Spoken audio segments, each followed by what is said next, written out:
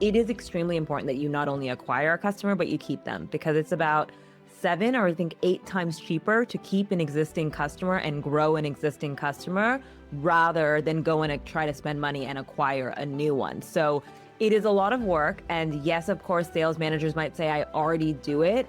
But I think the main difference is doing it proactively versus doing it when a customer is maybe thinking about a sale or an upsell or further licenses, etc. You're listening to the Sales Today podcast, and I'm your host, Fred Copestake. On this podcast, we explore how sales professionals can develop a modern approach to winning business, the application of virtual selling techniques, how to create meaningful business relationships, and much more. Why not take our free collaborative selling scorecard to see how your sales approach suits today's environment? You'll find a link in the show notes. And welcome to the Sales Today podcast, where I'm delighted to be joined by Anika Zubair. Anika is CEO of Customer Success Pro. She's also a podcast host. So yeah, pressure's on for me today, Anika. No pressure. I love being on this side of the mic. It's a nice challenge. When you're usually the host yourself, it's always nice to be on the opposite end, to be a guest. But I'm very excited and honored to be on this show. It's my first sales podcast, so it's also nice to be on a different space of podcasting, I would say. So I'm excited to jump into this conversation. Yeah, no, and that's what I want to talk about.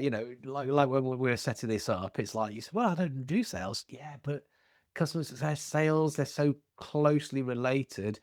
I think if we explore what they're doing, there is lessons for both parties. So For sure. we're going to cross-pollinate. Let's start at the very beginning. I'll ask the most obvious question. So for people who might not have come across this, what is customer success? It is more or less everything that comes post signature. That's my easiest way of putting it. And it is everything from onboarding a customer to making sure that they're continuously using your product and services, to making sure that they continuously see value, to hopefully find opportunities for growth within that account. So an upsell or a cross sell, but also it means a renewal, meaning like continuing to have that customer not only stay with you, but renew year after year. So it really can be all encompassing of the things that happen once you actually sign a customer. That's my easiest way of putting it. No, and that's really good. So there'll be some people, I suspect, listening who, because this was broadly built out of the SaaS world, wasn't it? People For sure. who would hear that and go, "Yeah, but I do that anyway. That Yeah. falls to me. I'm the account manager. I'm the salesperson for the company." Mm. So what would you say makes it different in that way to pure sales, if we're gonna kind Yeah. of Yeah. And I did work in sales ages ago. And I was in sales and I was in perpetual software as well, where you sell software and then you have just a maintenance and support contract. There's not a SaaS offering where it's renewal year after year. And being in an account management role before, at least in my world, that meant basically speaking to customers about additional licenses, speaking to customers about the growth opportunities, et cetera. But in the world of whether you're in SaaS or non-SaaS spaces, where customer success fits in is about making sure a customer is seeing continuous value and ROI of your product and services. Now, some people will be like, oh, I do that in sales. And I think you do to a degree, but you are probably more looking for your next deal or the next opportunity or closing what's next in your pipeline. And I think the biggest difference is really in CS is we are there once you have actually decided to sign on as a customer and use our services to continuously see ROI and value with our services, because at least in SaaS, and I know that for some other industries, it is extremely important that you not only acquire a customer, but you keep them, because it's about 7 or I think 8 times cheaper to keep an existing customer and grow an existing customer rather than go and try to spend money and acquire a new one. So it is a lot of work. And yes, of course, sales managers might say, I already do it. But I think the main difference is doing it proactively versus doing it when a customer is maybe thinking about a sale or an upsell or further licenses, et cetera. So I think that's the main difference, is working quite closely to continuously show value so that you pivot and find opportunities for growth within an account rather than just like, again, a customer reaching out to you. Because that's when I was in account management. They would be like, oh, hey, we're ready to kind of move into that proposal that you sent 6 months ago. Like it was more reactive, I would say, than the proactive. Yeah. The word that I associate with customer success. So when I did my customer success training, Mhm. I was trained in it. Um, is outcomes. Yeah. Outcomes. That's kind of seems to be the most, or was when I was doing this stuff, the most important word at the time. And Yes. I mean, it's what I'm banging on about with salespeople all the time. Yeah. Anyway, it's like you don't sell products, you don't sell services. You You don't, and you don't sell feature outcomes, you sell functionality. results. Yes. Yeah.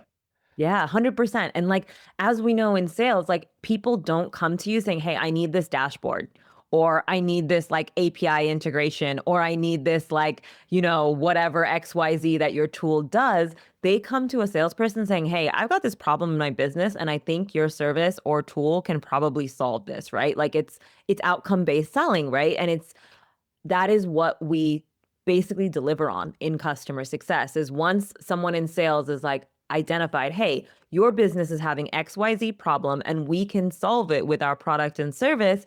CS's whole job is to deliver on that outcome that was sold in that sales cycle. And I think it's all the same. If you are doing outcome-based selling, one person is selling it and the next person is not only delivering on that outcome, but ensuring that a renewal actually happens based on that outcome happening as well.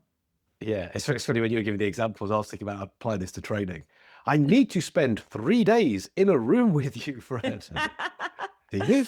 Whoa. Oh, You that's don't. You're looking for the outcomes, the results of what that yeah, the training results. is It's gonna not do. actually the time spent. It's like, what Yeah, transformation are you going to have yeah, once we've spent those 3 days together? yeah. Which I would say is easier to transform if we split it up into lots of smaller segments Yeah. and training, coaching, training, coaching. Anyway, look, we digress. We digress. Yes. We'll end up in a coaching Yeah, conversation. we'll talk about coaching soon instead of CS and sales. We would easily get into that because you are also a coach as well, same as me. So, but what I'm trying to do here is like, yeah, salespeople listening to this, I basically I want to steal some of the good ideas that customer success managers use to drive those outcomes. Yeah. Yeah. Oh, people, oh, that's good. We could probably get that stuff in early doors in the sales process and set it up for that. Yeah, Particularly if I've 100%. got to follow through myself.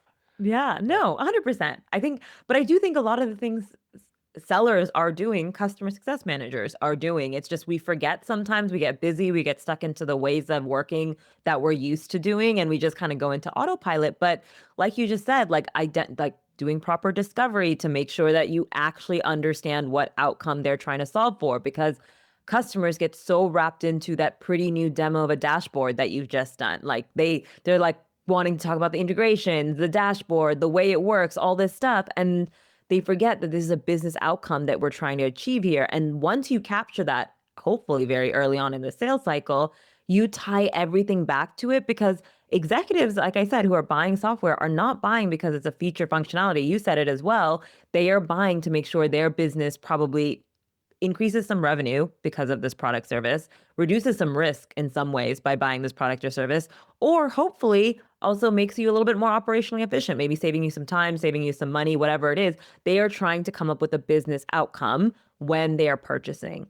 And if you identify that early, first of all, I'm guaranteeing your sale is going to close faster, because again, executives that buy are not buying a feature functionality. They're buying an outcome. So if you identify it earlier and then show feature functionality based on that outcome, A, you'll probably close the deal faster, but B, it'll help your CS team deliver faster. And we all know the quicker you show value, the quicker someone is onboarded and using your service, the more likely they are going to continue and grow with you and renew with you, hopefully down the line. So it's a win-win all around, whether you're in sales or CS, if you discover those outcomes.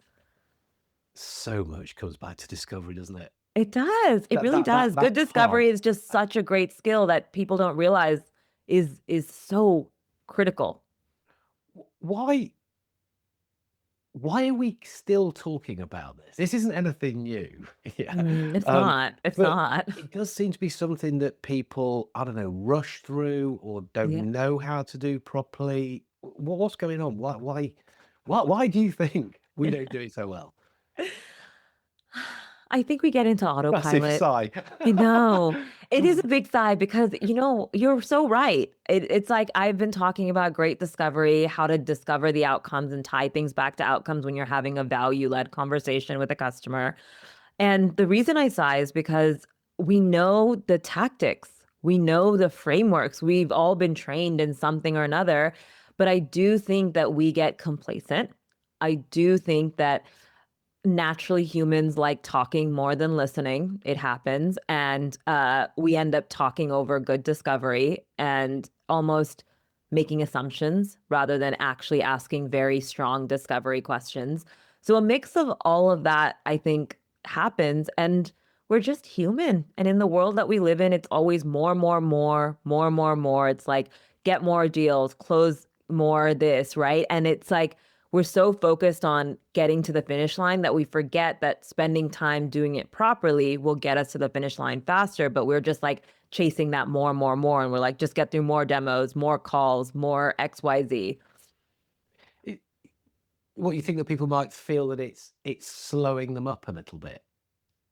And of course, we know the expression "slow down to To speed up." speed up. I was just about to tell you that expression. I was like, we've got to slow down to speed up. And it's literally a post-it I have here on my computer to remind me as a business owner to slow down, to speed up, to make sure I execute and then have the right framework to execute on. But I do think there are and especially now, like we're recording in 2026, where AI is going to take all of our jobs, supposedly. And also it forces us to speed up because the speed of which AI is just, you know, filtering our worlds is crazy. And so we're constantly like, go, go, go. But at the end of the day, humans will always buy from humans. I will never, I'll die on that hill. But also, humans interact every day with humans. We are social beings and we work with each other in some capacity. And we do need to realize that slowing down to really understand what our customers want, what outcomes they're trying to drive, what their business is trying to achieve is only going to help them and help us. Like, it's just it's a we get so caught up in what's happening right now that we forget that we need to actually slow down to speed up, to use your own words. Well, I don't think they're mine. I think they're fairly They're everyone's words. fairly common. But and it's interesting what you say on that. Humans buying from humans, and we got the AI and the robots can come in and they can say, I've got this job role. Yeah, what they're likely to Hmm. do. Oh, they're going to this. They'll come with some quite plausible, logical type stuff. Hmm. It can't get what that human at that time in that company in that period of their life is actually experiencing and what Hmm. is underlying. Why do they want to increase this, reduce that, and protect that? Yeah, Yeah, what's their personal driver on it? That's what another human's going to be able to understand. I think a robot would exactly. struggle with that, wouldn't it?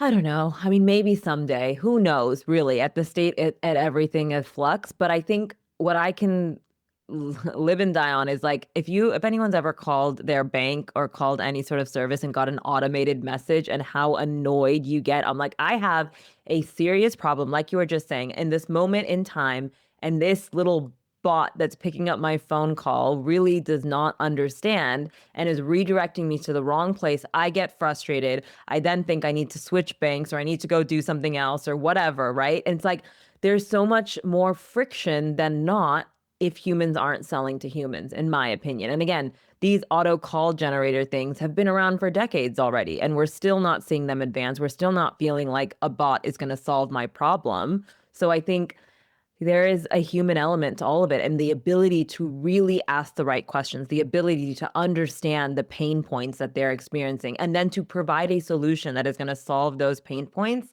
That is outcome based selling. And that is where, again, we all succeed. And will we continue to succeed if we slow down to really do the right discovery to understand that as well? And I do think that's a human skill, not an AI skill. Yeah, me too. I mean, we can certainly use the AI to prep better. Of course, And to make 100%. It you should. said assumptions. I have this thing I say just to wind people up, but I say, "No, you should assume." Yeah. Absolutely, you've got to assume as a salesperson. Everyone goes, "Oh, no, no." You know, this the trainer thing where they're like, "Ask you, me" on the board and looks like Yeah. they've, like, delivered some kind of philosophical genius. I'm like, "No, you assume. You assume that someone in that position is probably going to have these issues." Yeah. Okay, it's a hypothesis, but let's call it assumption. Intelligent assumption. Yeah. You can use that to then start to build where your questions are gonna go. Yes. But your skill in the moment to be reading the responses and kind of gauging actually where do I go next? Yeah, that's a human thing still. Got to be. Yeah, it has to Got be. To read the room, to be able to understand body language, even if it's a virtual call, like understanding body language, eye contact, the leaning into a conversation versus leaning away, like all of these things are just there are ways to read a person. There's ways to read a tell, as people say as well. But I think in general, all of these things just add up to you being able to really understand and then provide solutions and services and sell them on those things as well. And if you don't understand all of that, then you're probably just going to be talking in circles, in my opinion. yeah. No, I think we should go on about discovery forever, couldn't we? Yeah, really Look, good. discovery because of the outcomes. Right. What else does a customer success manager have in their tool in the toolkit? What else are they doing? What are some of the little things that they can make a difference with? Yeah, I think value storytelling is a big thing, like making sure you really iterate like, hey, before you use our product and service, this is where you're at. This is the work that we've done together, and this is the result you've seen. Like really using value storytelling to be able to show ROI, to show outcome based. Like, because again, a salesperson, if they are selling based on outcomes, our entire job is to look at what your state was before you had this out, like, and then look at what we're working on together, and then have we actually achieved that outcome together? What are we actually achieving together? So value-based storytelling is another thing in the CS toolkit that I would say is extremely important. I think another really important thing is being able to connect the dots. I love to say that CS people are the best translators in SaaS because they have to not only take what sales sold, what marketing promised, what everyone did, and then really translate it into business pieces that the customer understands because we can say all these wonderful, beautiful things, marketing on our website, in sales demos and calls that we do. But what does that even mean when a customer is actually in and using our product and service every single day? Because they're going to be like, but what did I get out of using you guys? What do I understand? Like that ability to translate back to this is the business and this is what you're getting out of using our service is why I call CSMs like great translators, because there's a whole bunch of things marketing like promised, a whole bunch of things sales said, and now we're over here trying to connect the dots for the customer essentially. I'm sat giggling here because I'm picturing. I don't know if you've ever seen it. There's this sort of like cartoon thing where there's like a swing on a tree. Mm. Yeah, and I think there's like 6 or 7 different ones, and it's like what the salesperson sold, what Oh marketing yeah, promised, yeah, what yeah. production thing, For sure the what the meme. designer did, what the customer wanted, and you've got those like different Yeah, versions of like a CS these person has swings to just all connect look all completely of different. that. Yeah, Like it's a messy yeah, situation, but a CSM has to connect all of it and has to yeah. make sure once it's all connected that the customer sees, hey, there's value and there's an outcome that we're achieving here. Because again, in this world that's ever changing where it's a lot easier to keep a customer than acquire a new one, it's so important that you do connect all those dots because you want to keep the customer for as long as you can. Funny enough, and I'm just looking back at what I'm scribbling here. One of those connections is back to the value story, isn't it? Mm. Because sales will, we hope, well, a good salesperson will have probably used a story to sell as well. But that would Yes. be more kind of, where are you now? Where do you want to be? Yeah. That's what the story, and then what you're saying is, okay, well, we've had to connect that, do something to go, before you were here, we've done something, and this is where we are now. Yeah, yeah, So where it's like, again, similar I like structures, but like different point in time. sales sells like the art of the possible. It's like I like to say, what is gonna be possible when you actually end up working with us. And then we in CS have to bridge that. We literally are the bridge of like, right, before you came to us, here's where you were at. Sales said you're going to get to this with this outcome in mind because this is what you were sold. Now here's what the work we're going to do in the middle, and this is all the things we've done to help you achieve that. So it's really the bridge in the middle of that value story that you've just pointed out. Yeah, that's cool. That's cool. So connecting the dots again, I think sales can learn from that. They're sort of, I'm on a bit of a crusade at the moment where I think we talk a lot about the salesperson as sense maker. Mm, People don't want to hear about your features, all that stuff you said earlier. It's like, I just want a bit of clarity. What's going on in my world? It's so confusing. There's so much information out there. yeah. Yeah. Can you help me connect my dots? And if a salesperson is doing that, so the customer gets that kind of, I Mm, get it now. yeah. That's a job well done. Yeah. That's what will move you on. And again, that comes from the discovery part and questioning and really helping people think Yeah. better. We can move on and then we can say, well, look, this is why we do what we do and this is how we do it. Oh, Mm. right. Yeah. Deal made. Right. Now those dots need to be continued to be connected, don't they? Yeah, 100%. And like the one thing I'll say, whether you work in software as a service or just any industry like that's using technology or software, let's say, the average executive is looking at a tech stack of about 50 to 60 tools. Like I remember as an executive at a software company, across our entire company, there was about 80 different tools that we paid for. And I was responsible for at least a dozen of, like, my name was on the P&L for a dozen of those tools. Do you think I know the outcome and connecting the dots of over a dozen tools? No, because A, I don't even log into most of them every day. And B, also like I don't need to know because I'm a busy executive trying to run a company over here and grow this business. I don't really have the time to connect all the dots of what outcomes I'm trying to achieve. I know I had a problem. I know I bought this to solve that problem. Do I remember all of it? No.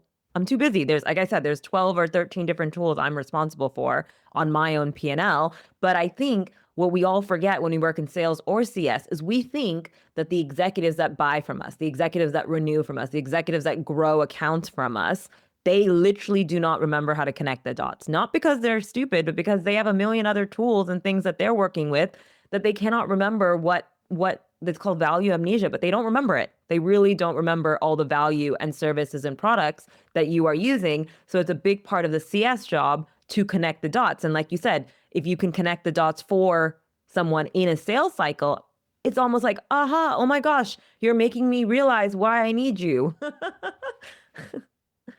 Yeah, because I suppose what happens, you've got all these tools and then the memo comes down as in, right, we've got to save some money, get rid of some Exactly. stuff. And We you got to go cut through it. 10% of budget. What do we even use that for? Yeah, Get rid of that.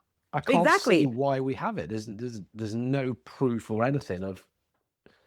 But exactly that happened, by the Could be way. I'm doing I that was an myself at the executive moment. at a company and we all got in together right before budget season and we were talking about budgeting. There was 8 of us around this table, all different C-suite, and our CFO basically said, "Hey, here's the list of 80 tools.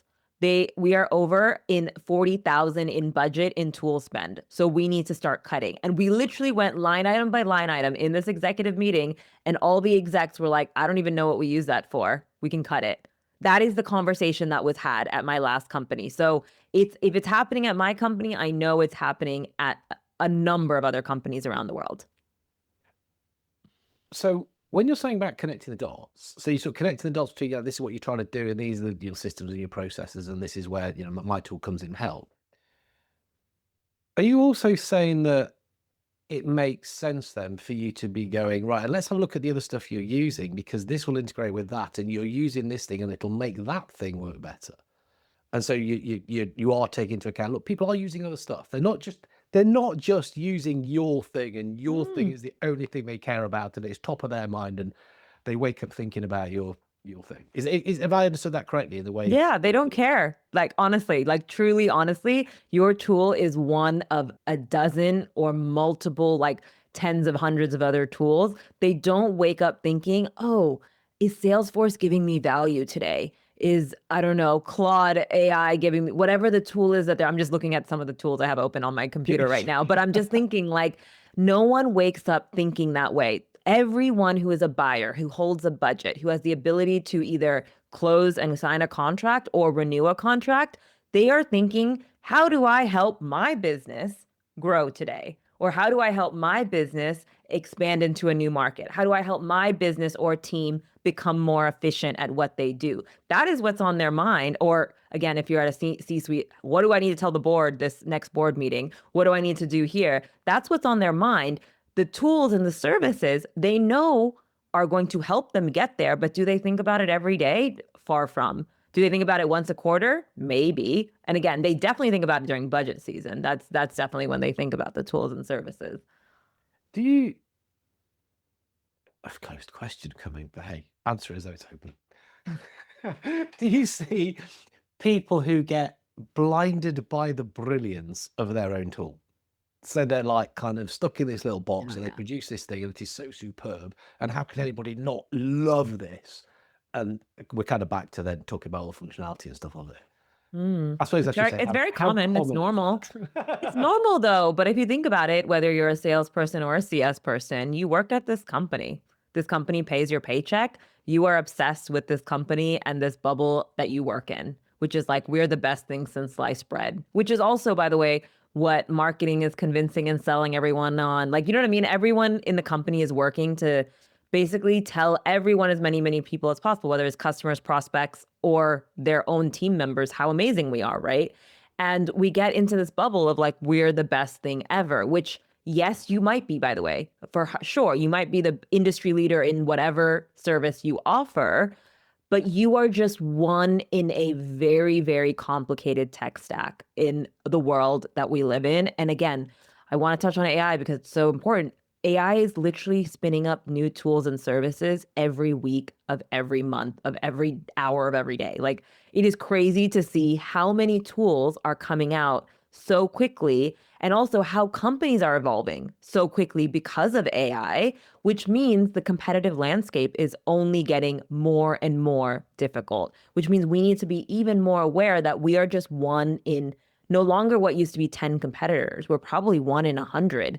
And it's like, oh my gosh, how do we stay relevant in this space that we're in? Because you need to look at the full landscape, not just the place that you play in, which is, again, the feature functionality, drinking from the Kool-Aid, thinking we're the best thing since sliced bread, all those whatever other slang I can say, but basically believe in your own hype. Yeah, drinking your own champagne, whatever, eating your own dog food, all the things that everyone says. But I think in general, it's normal because you work at this company. This company is your little bubble, your safe space, everything you know, and it's hard not to see, past that, and then you end up in that feature dump that we just talked about earlier.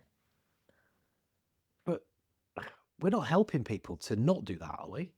That's what I see anyway, is that you sort of come in, you do some sales training, you've been doing some customer success stuff, and it's like, well, you made a right mess of yourself here. Look at you, you've done hours and hours, days and months of product training. Every time something comes out, you wheel everybody in, you say, look how many this is, blah, blah, blah, blah.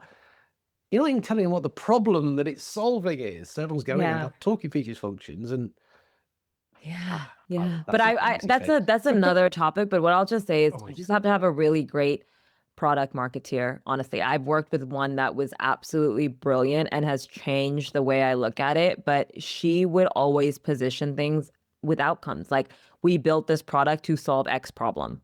Like, and that's the way she would always start a product training, is what problem are we trying to solve here? And this is the product that we're doing that with. And she spoiled me. And now whenever I work with any other product marketeer, I'm just like, why are you talking about this in integration and functionality and technicalities? No one cares. Literally no one cares about that. What they care about is, what is it going to solve? What is it going to do? What is it going to actually build or execute on, right? And I think that does come down to us being too in our own heads and in our own bubble about we're the best. And so now everyone's just going to assume that if we bring out something new, everyone's going to flock to it. And that's just, honestly, it's a 2000s way of looking at how sales and how marketing would work. Like, build something and they will come. It's no longer the case. And it's the fastest way for your business to fail in 2026, in my opinion, if you think just talking about your services and what you offer is going to be the competitive edge. Yeah.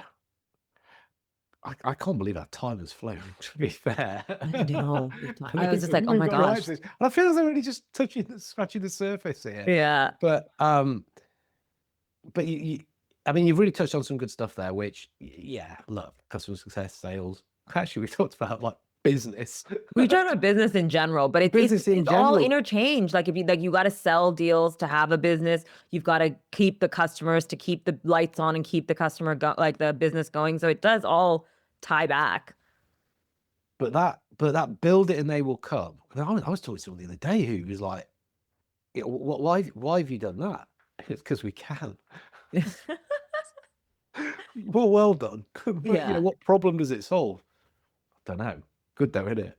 Well, yeah, Yeah. it's good, Well, I mean, I it's suppose. nice But for it's not. some. There are some who build it and people do come. I get it. But it is such a small, minute amount. And that's where I think we get, like we said, coming back to, well, why aren't we looking at the competitive landscape? Why aren't we doing outcome-based selling? Why aren't we doing value-based selling? All of these things that CS and sales both do, like we get so caught up in our own world because we think that we're part of that like elite 1%, which maybe you are. That's great, amazing. But I think we have a reality check that not everyone is, we will build it and they will come. Not everyone could be 1%. Well, not Yeah, everyone's above exactly. average, to be fair. So But really, it is the truth. It is the truth. Even when you're building software, the reality check is like, there's going to be 10, 15, 100 other people doing the same exact functionality that you are. How are you different? yeah, I'm not. But I am because of the way in which I talk about it, which is your problems will be perceived to be different. Yes. And that's where Yes. we need to be. And I think I suppose if we're going to try and summarize our conversation, Yeah. we're coming back to that. It's like the more time you spend understanding the customer problem, helping the customer understand their problem, then transferring that to them outcomes which would deal with that. And Mm. that's going to be value. And then showing them that that's what they're getting. You're different. 100%. That's like, 100%. But it is in this world of where there's so many options, there's so many different types of like solutions to problems that customers are facing. It's like, how do you connect the dots? How do you understand truly what my business problem is? Connect the dots back to your product and service, and then show me that this is an actual result that's happening, not just a nice to have in the future. Like, show me with the usage data, show me with how I'm using your product, show me that this ROI is real. Then you're gonna land the customer and land the renewal, and we're all happy and we're all growing, right? But I think there is a big differentiator as long as you focus on outcomes and as long as you help like iterate how much value you're driving. That's the real difference right now, because everyone's so caught up in like, but we're this and we do these great things, and here, let me show you more things that we do. Nobody needs more. Like, honestly, more is so cheap these days. Ask AI. There's too much more. There's too much more stuff. yeah, brilliant. There's too much more stuff. Get back to the problem, get back to what people actually care I know, about. gosh, And I you sounded will be so different. intelligent there. You'll be different by not giving them more options. Oh, no, brilliant. Oh, Anika, so much good stuff in this. Where can people get in touch with you then, if they want to kind of pick up a conversation or kind of Yeah, learn a yeah. little bit more? Yeah, LinkedIn is usually the easiest. So if you find me, Anika Zubair on LinkedIn. Otherwise, you can go to thecustomersuccesspro.com. Those two places are probably the easiest way to find me. Brilliant. We will pop both of those links into the show notes. Uh, Thank you for coming along and sharing so much, being so generous with with your thinking. Of course. Thank you for having me. This was a nice new challenge. So thanks, Fred. Appreciate it. Thank you for listening to the Sales Today podcast with me, your host, Fred Copestake. I hope you've enjoyed what you heard today. If you did, please get in touch and hit subscribe. And remember, you can take the Collaborative Selling Scorecard for free to check out how your sales approach works in today's environment. You'll find it in the show notes.